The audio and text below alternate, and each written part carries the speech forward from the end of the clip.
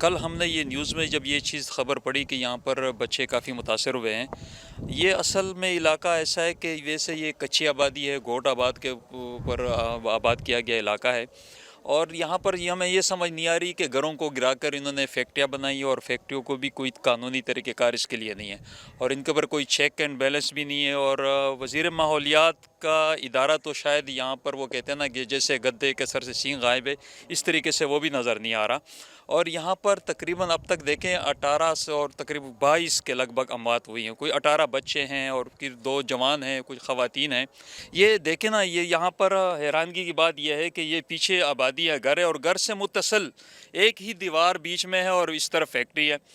اور مسئلہ یہ ہے کہ یہ فیکٹری والے، یہ جو گھروں والے متاثرہ لوگ ہیں کہ جن کی اتنے اموات ہوئی ہے، یہ ان فیکٹریوں کے پاس جب آتے ہیں اور ان فیکٹریوں والوں کو کہتے ہیں کہ بابا آپ بند کر دیں، اس سے تو ہماری جو نا زندگی کو خطرہ لاحق ہو چکا ہے. وہ آگے سے کہتے ہیں کہ بابا جہاں آپ نے جانا ہے آپ چلے جائیں، پولیس آ جائے گی اور آپ کو لے جائے گی. مہینے जे अंदर अचानक हिकिड़ी अहिड़ी वबा फैली वई जेको आहे त 18 खां 20 जेको आहे त माण्हू मरी विया आहिनि. उन्हनि में 18 ॿारड़ा आहिनि. हिकिड़ी उन्हनि जी वालदा ऐं हिकिड़ो 18 साल जो उन जो पुटु हुयो. वालदा उन्हनि जी जेको आहे सदमे मां फौत थी वई. उन खां पोइ पुलिस जी इनवॉल्वमेंट वरितीसीं, DC ऑफिस ऐं जेको आहे त मुख़्तलिफ़ इदारा आया. ऐं हिते जेको माहौल हुयो त मुख़्तलिफ़ फैक्ट्रियूं ठहियल आहिनि जेके 3-3 4-4 प्लाटनि ते मखसूस आहिनि. ही ॻोठ जी ज़मीन आहे. अली मोहम्मद ॻोठ सां रजिस्टर ॻोठ आहे. उते ई गैर क़ानूनी मिल एरियाज़ हुई जंहिंमें जेको आहे त तेल, टायर ऐं मुख़्तलिफ़ केमिकल ऐं प्लास्टिक जूं थेलियूं साड़े करे भठी हलाई वञे पई. जिथे बि रिहाइशी इलाइक़ो हूंदो आहे उहो परमनेंट ॻोठ जे नाले ते हूंदो आहे. उते सिर्फ़ु रिहाइश इख़्तियार कई वेंदी आहे.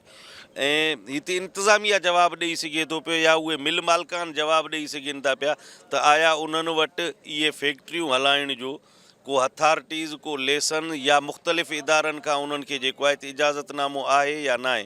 अगरि इजाज़तनामो आहे त मुतलका इदारा ज़िम्मेदार आहिनि. ही हिननि खे फैक्ट्री प्रॉपर नमूने सां त चई नथा सघूं. ही गोडाउन्स आहिनि. गोडाउन्स जे अंदरि कुझु एक्टिविटीज़ थियनि थियूं. किथे जेको आहे सो स्टोन क्रशिंग पे थिए थो, किथे सल्फर जो कमु थिए थो.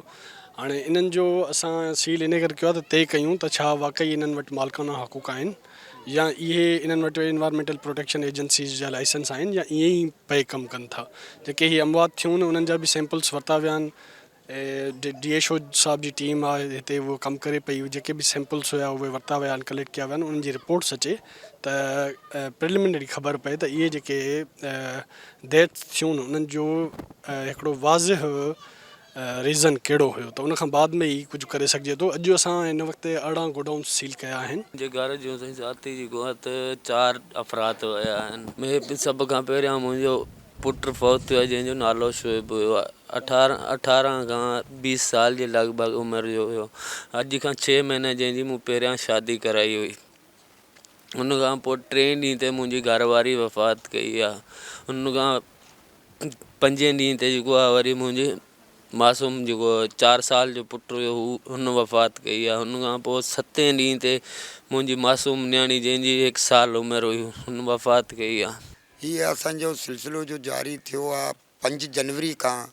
बचनि में इहे कैफ़ियत, वॾनि में बुख़ार जी, बुख़ार खां पोइ सीनो जाम, गलो बंदि, खांसी, इहा चीज़ मतिलबु महसूसु थी आहे. असांखे महसूसु इहो ई थियो आहे जो गैर क़ानूनी जेतिरियूं बि कंपनियूं आहिनि उन्हनि जो धुओं थिए थो. पहिरियां त बंदि हुया, चंद ॾींहंनि खां पोइ ही जेके चालू थिया आहिनि या 15 ॾींहं खां 20 ॾींहं खां को महीने खां चालू थिया आहिनि. उन जी वजह खां आहे असांजा बचड़नि ते बीमारी ऐं असां वॾनि ते बीमारी पहुती आहे.